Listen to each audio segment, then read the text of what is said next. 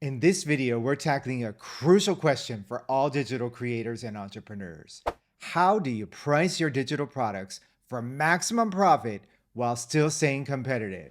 Pricing isn't just about covering costs, it's about understanding the value you offer and how the market perceives it.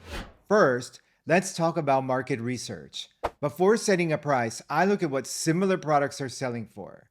This gives me a ballpark figure, but remember, it's not just about matching or undercutting your competitors.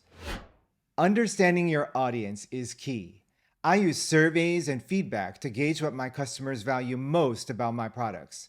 This helps in setting a price that reflects the perceived value.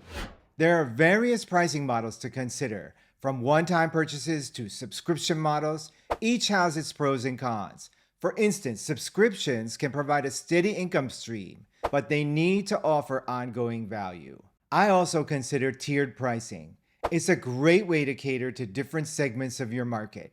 You can offer basic, premium, and enterprise levels, each with its own set of features and benefits. Remember, the right price can make or break your digital product's success.